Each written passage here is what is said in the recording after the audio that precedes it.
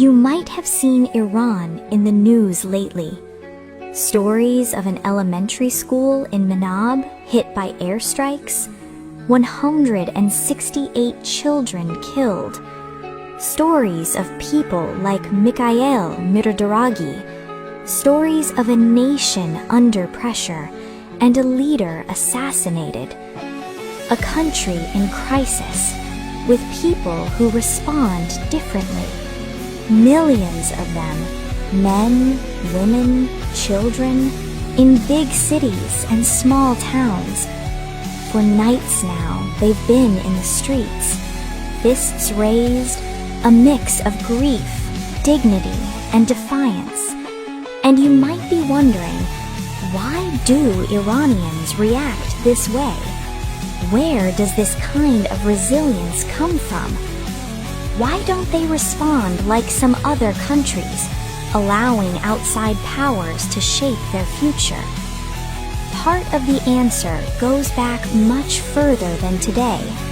It comes from a story deeply rooted in their culture, a story about conscience, about moral courage, about sacrifice. It's the story of Hussein. More than 1,300 years ago, in the year 680, in a land called Karbala, in present-day Iraq, Hussein ibn Ali was asked to pledge loyalty to a corrupt ruler, Yazid. He had a choice. He could have chosen safety. He could have stayed silent.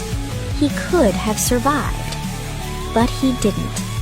He refused to legitimize injustice. With a small group of companions, he stood against a much larger force.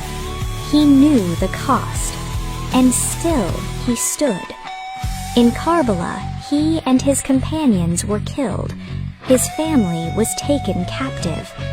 And in that moment, this was no longer just a historical event.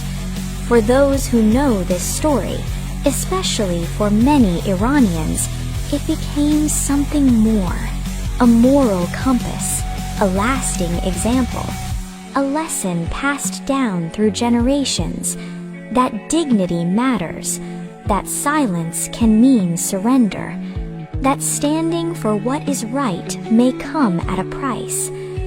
That's why Hussein's name still lives on, not just in rituals, but in how people understand courage.